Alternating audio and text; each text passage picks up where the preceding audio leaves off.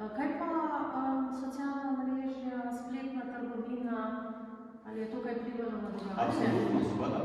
V tem času, ko se je pojavila ta kriza, seveda smo vsi iskali nekako možnost normalnega delovanja naprej in tako rekoč ni več galerije, ki ne bi imela svoje spletne strani, preko katere ponuja svoja dela. Ljudje pač enostavno hočejo biti,